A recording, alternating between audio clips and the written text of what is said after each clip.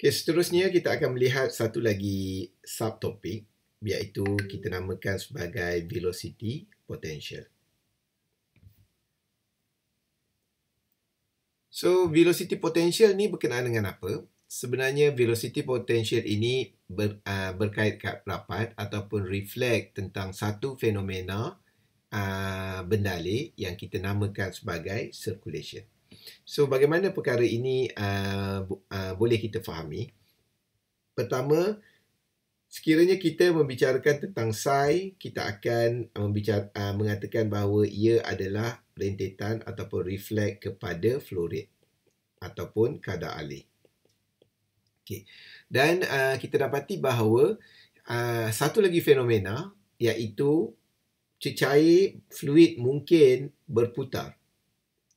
Okay. Contohnya apa yang berlaku di dalam pusaran, maksudnya kita mungkin ada lubang dan air masuk secara berputar, ataupun di peringkat yang lebih ekstrim mungkin kita akan pergi untuk mengira vortex tadi yang saya cerita di dalam simulation kereta. So ada bahagian yang ada vortex dan sebagainya. Dan kemudian kita di peringkat yang lebih tinggi mungkin kita akan mengira berkenaan dengan tornado dan sebagainya. Okay, jadi kita kata oleh kerana ia berputar di dalam keadaan dalam bentuk bulatan, jadi kita kata agak tidak kena ataupun perkiraan kita agak canggung sekiranya kita mengira dengan menggunakan idea kadar alih. Kerana kita beranggapan bahawa molekul akan berputar pada tracknya, pada garisannya secara bulatan, dan idea kadar alih itu tidak membantu ataupun tidak reflect keseluruhan fenomena yang berlaku. Okey. Jadi secara mudah kita kata wujud satu lagi fenomena apabila molekul bergerak secara bulatan, ia dikenali sebagai circulation. So idea ini adalah idea yang baharu. Saya harap pelajar boleh menumpukan perhatian di dalam kuliah ini. Kerana sebelum ini kita hanya menggunakan idea kadar alih dan sebagainya, perkara itu mungkin kita telah belajar ataupun kita pernah tahu di dalam fluid mekanik 1. Okey, kemudian saya ingin kenalkan apa yang dikatakan dengan circulation. So, circulation for a closed contour is a fluid is defined as the line integral evaluated along the contour of the component of the velocity that is locally tangent to the contour. It is designed as capital gamma, this one. So, awak boleh menulis seperti ini. Okey. Okey, awak boleh menulis seperti itu. Okay, ini capital gamma. Okay, small letter adalah yang ini, gamma. Okay, so ini adalah capital letter. Dan ia ditunjukkan sebagai kameran bulatan. So, apa maksud kameran dan bulatan ini? Dia bermaksud adalah kita mengira daripada satu titik sehinggalah objek tersebut kembali ke titik yang sama. Itu maksudnya kameran, tanda kameran yang ada bulatan. Rumusnya adalah U didarabkan dengan DL, iaitu U adalah had laju, komponen velocity, dan L di sini adalah distance travel by the fluid. Maksudnya sekiranya fluid itu bergerak dari sini dan kita mengira had lajunya dan kita darabkan dengan distance yang dilalui oleh objek tersebut. Okey, itu yang dimaksudkan dengan circulation. So, jadi apa yang dimaksudkan dengan line integral evaluated along the contour of the component? So, maksudnya di sini, secara detail, dia akan melibatkan had laju. So, had laju, walaupun ia jalan bengkok macam ini, jalan membulat, tetapi had laju masih lagi kita menulis di dalam meter per second. Oleh itu, seolah-olah dia adalah tangent kawasan ini, tangent kawasan ini, tangent kawasan ini, tangent kawasan ini, tangent kawasan ini, dan seterusnya. Okay, itu yang dikatakan as evaluated the tangent to the contour. Itu maknanya takrifan secara official. Memang mungkin ayat yang digunakan boleh menyebabkan kita kurang faham. Okay, tetapi secara mudahnya, kita beranggapan bahawa sekiranya molekul itu bergerak di atas bentuk bulatan dan kembali ke ke titik asalnya, kita boleh mengira circulation yang berlaku untuk molekul tersebut dengan cara mendarabkan had laju molekul tersebut dengan jarak yang dilalui oleh molekul tersebut. Okay. Di sini saya harap pelajar dapat ingat bahawa untuk kadar alih Q ataupun psi, rumus dia adalah A didarab V. V di sini had laju, velocity. So, saya rasa pelajar mungkin tidak terkeliru. A di sini adalah cross-sectional area. Okey, A di sini ialah sekiranya kita ada pipe di situ, air keluar seperti ini dan cross-sectional area adalah area yang perpendicular. Dia mesti 90 darjah dengan had laju. Okay. Dan di dalam circulation ini masih lagi sama, iaitu U didarabkan by right. Kalau di peringkat yang lebih tinggi, ia adalah didarabkan dengan area yang dilalui. Cuma di dalam topik kita fokus hanya kepada 2D. Jadi kita hanya menggunakan idea kita mendarabkan had laju molekul tersebut dengan jarak yang dilalui. Kerana apa? Di peringkat yang lebih tinggi, kita akan anggap objek ini akan mempunyai tinggi dan kita akan darabkan dengan tinggi. Oleh itu, kita akan dapat area yang dilalui. So, untuk flow rate di sini, kita menggunakan cross-sectional area. Maksudnya, keratan rentas aliran tersebut. Tetapi untuk circulation, kita menggunakan distance ataupun area travel by the fluid. Okay, so saya harap pelajar dapat idea berkenaan dengan perkara ini. So, ini adalah perkara baru. So, dia harap buat masa ini pelajar perlu mengingati teori ini sahaja. Okay, circulation can be considered as the amount of force that push along a closed boundary or path. In the other word, circulation is the total push you can get when going along a path such as a circle. So, secara mudah ataupun dalam bahasa yang kita kata non-scientific, kita boleh dapati bahawa circulation ini seolah-olah force yang menolak molekul itu untuk bergerak daripada satu poin ke satu poin yang lain sehinggalah ia kembali ke titik asalnya. Dan saya rasa kalau kita nak memberi idea, iaitu salah satu idea yang kita boleh dapat ialah sebelum ini dalam fluid mekanik 1 kita belajar tentang force sama dengan tau darab A. So, jadi tau ini adalah daya lekatan pada molekul dan kita darabkan dengan area yang dilalui ataupun yang dirasai untuk sesuatu situasi tersebut. Sama juga seperti ini kerana kita tidak mengira force by itself. Maknanya unit kita bukan unit force. Jadi kita tidak menggunakan tau. Unit kita adalah masih lagi sama iaitu meter cube per second. So jadi idenya ialah kita menggantikan tau ini dengan U dan kita akan darabkan dengan area travel by the fluid. So yang ini saya harap pelajar, sekiranya pelajar masih lagi kurang faham, mungkin boleh bertanya saya selepas ini. Tetapi pada peringkat awal ini diharapkan pelajar memahami bahawa kita ada satu parameter dinamakan gamma ataupun circulation. Rumus dia adalah U didarabkan dengan L, di mana L adalah distance travel by the fluid, jarak yang dilalui oleh sesuatu benda lain. Okey. Kemudian sehubungan dengan itu, daripada circulation kita boleh keluar lagi satu equation ataupun keluar lagi satu idea yang kita namakan vorticity. Okay. So vorticity di sini ditandakan dengan simbol Greek sebagai zeta. So zeta ni dia ada bentuk ini. Okay. So yang ini untuk penulisan tangan. Ada setengah buku dia nak simplified simbol ini, mereka hanya menggunakan nilai Z. Okey, so jadi dalam peperiksaan kalau walaupun soalan dia menunjukkan zeta adalah bentuk yang ini, so jadi saya harap pelajar nak tukar kepada Z pun boleh, tak jadi masalah. Okey, apa yang dimaksudkan dengan zeta?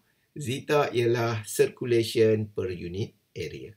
So jadi kita boleh tulis vorticity sama juga dengan Z, sama juga dengan circulation divide by area. Okay, jadi apa beza vorticity dan juga circulation? Okay, circulation lebih kepada total force yang digunakan. Bukan total force lah, kita kata some kind of total amount yang menyebabkan objek itu bergerak daripada satu tempat ke satu tempat yang lain. Tetapi vorticity ini ialah kita kata tendency for element of the fluid to spin, untuk berpusing. So jadi antara idea mudah yang boleh kita bandingkan kenapa kita perlu bahagi dengan area ialah, katakan kita ada sebuah kereta. Kalau kita kereta tu, kalau kita tahu kereta tu akan bergerak daripada satu point ke satu point yang lain. Dan kalau kita mengira hanya circulation sahaja, kita hanya boleh mendapat, kita kata, total force yang dia bergerak daripada point 1 ke point 2. Tetapi vorticity di sini ialah, kita kata, kalau kereta ini bergerak dengan terlalu laju, kemungkinan dia akan accident tengah jalan. So, accident itu yang dikatakan spin. So jadi kita kata, idea dia seperti itu. Kalau untuk yang mudah. Maknanya kalau kita kata, kereta ini bergerak daripada satu point ke satu point, ini totalnya. So totalnya tu mungkin kita kata normal. Kerana apa? Dia sekejap laju, sekejap slow, jam dan sebagainya, sampai. Tetapi kalau kita bahagikan dengan area, ni secara ringkas je lah, secara general. Kalau kita bahagikan dengan area, kita boleh dapat melihat pada setiap point. Jadi pada setiap point itu, kita dapat tahu bahawa pada bahagian mana dia tinggi, pada bahagian mana dia rendah. Sekiranya elemen tersebut tinggi, kemungkinan fluid tersebut akan spin. Itu yang dimaksudkan dengan vorticity. Jadi peringkat ini diharap pelajar dapat mengingati dua equation ini. Pertama adalah gamma, iaitu kita kata circulation U didarabkan dengan jarak yang dilalui oleh bendalih. Dan yang kedua, kita mengira tentang vorticity, simbolnya adalah Z ataupun zeta. Idenya ialah circulation dibahagikan dengan area. Satu lagi idea yang boleh pelajar gunakan berkenaan dengan kenapa kita bahagi dengan area. Pertama adalah untuk kita mencari kekuatan ataupun untuk detect kekuatan pada setiap point. Sama juga macam kita melihat spesifikasi kereta. Ada kereta yang 2000 cc, ada kereta yang 2500, ada kereta 1.8, 1.5, 1.6 dan sebagainya. Kalau kita hanya melihat dengan cc sahaja, maknanya dengan isi padu kebut enjin, penilaian kita mungkin tidak tepat. Kerana apa? Sebenarnya kalau kereta itu mempunyai power yang besar, tetapi berat dia kecil, jadi dia boleh bergerak lebih laju kerana dia tidak membawa berat yang banyak. Itu sebab di dalam salah satu trik untuk melihat kereta dan fuel efficiency dan sebagainya, kita melihat power to weight ratio. So kita tengok berapa horsepower, kita bahagikan dengan weight, berat kereta. Tak guna kereta kita horsepower tinggi kalau berat. Lebih baik kita kata horsepower kita rendah tetapi ringan. Mungkin akan menghasilkan power to weight ratio yang sama. So bila power to weight ratio yang sama, kita anggap kereta itu akan boleh bersaing dengan sama sebenarnya. Walaupun satu sisi tinggi, satu adalah sisi yang rendah. So itu yang dimaksudkan dengan vorticity dan circulation. So kemudian kita akan melihat bagaimana untuk mengira circulation dan vorticity di dalam satah Cartesian coordinate. So katakan kita mempunyai molekul di sini. Dan kita anggap lukisan ini sebenarnya kita beranggapan bahawa ada molekul bergerak seperti ini, ada molekul bergerak seperti ini. So molekul ada banyak di sini, tetapi kita kata ada satu pergerakan molekul yang berlaku. Andai kata dia bergerak daripada sini, pergi ke sini, kemudian dia lompat naik atas, dia patah balik dan akhirnya dia kembali ke dirinya, ke starting point dia. Jadi seolah-olah molekul ini telah melakukan satu circulation. Dan kita tahu bahawa had laju pada paksi X kita boleh tandakan sebagai U, dan had laju pada paksi Y kita boleh tandakan sebagai V. Dan kita kata had laju di bahagian ini sama juga, ni adalah seolah-olah jaringan seperti itu. Dan had laju pada garisan ini kita tulislah sebagai V campur dV. Kerana kemungkinan had laju pada bahagian ini bertambah atau berkurang atau sama. Sekiranya bertambah, so maknanya nilai dV adalah positif. Kalau sama, nilai dV sama dengan kosong. So awak faham perkataan dV bermaksud a small portion from the velocity. So maksudnya ada pertambahan atau pengurangan. Okay, selalunya di dalam membuat takrifan kita akan menggunakan nilai positif.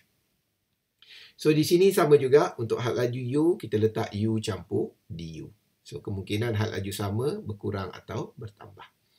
Okey, langkah pertama kita perlu mengira apakah gamma ataupun apakah circulation. Jadi rumus idea dia adalah had laju didarabkan dengan jarak yang dilalui oleh objek tersebut. Jadi untuk bermula di sini, kita boleh menulis sebagai U didarabkan jarak yang dilalui adalah dx. Kemudian ketika ia pergi ke atas, ia adalah V campur dV didarabkan dengan Y.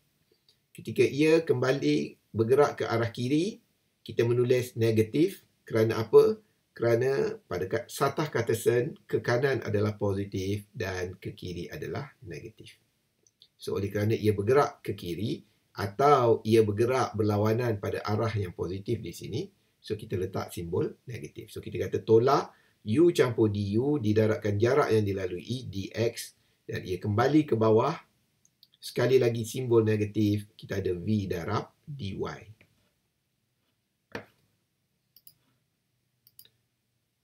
Okey, so saya harap pelajar dapat alert perkara ini dan sekiranya kita simplify ataupun kita selesaikan rumus tersebut, kita boleh dapat gamma sama juga dengan dV dy tolak du dx.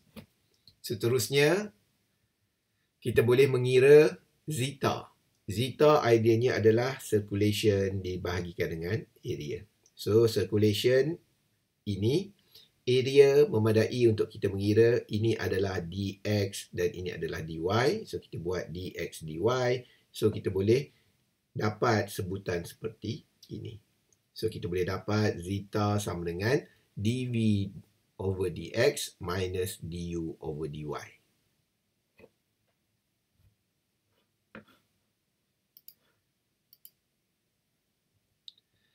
Okey, seterusnya kita cuba melihat circulation dan vorticity untuk polar koordinat. So, gambar rajah ini kita boleh gunakan sebagai panduan. Dan rumus asal adalah gamma sama dengan U didarabkan dengan L. Oleh itu, katakan kita bermula di sini. So, kita bergerak ke sana. So, UR didarabkan dengan DR. So, kita bergerak di sini. So, dia akan menjadi U theta campur DU theta. R campur dr d theta.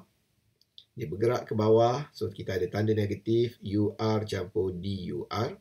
Darabkan dengan DR. Dan apabila ia kembali ke titik asal, ia menjadi negatif U theta R d theta. So, saya rasa pelajar boleh memahami equation ini ditulis. Dan sekiranya kita selesaikan, kita boleh mendapat sebutan ini.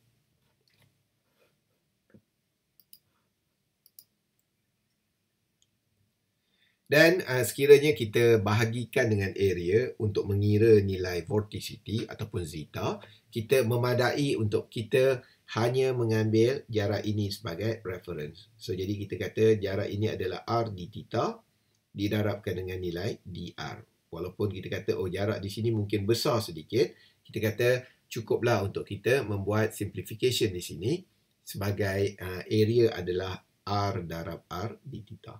Dan sekiranya kita bahagikan perkara ini, dua nilai ini, kita akan dapat nilai zeta sama dengan ini.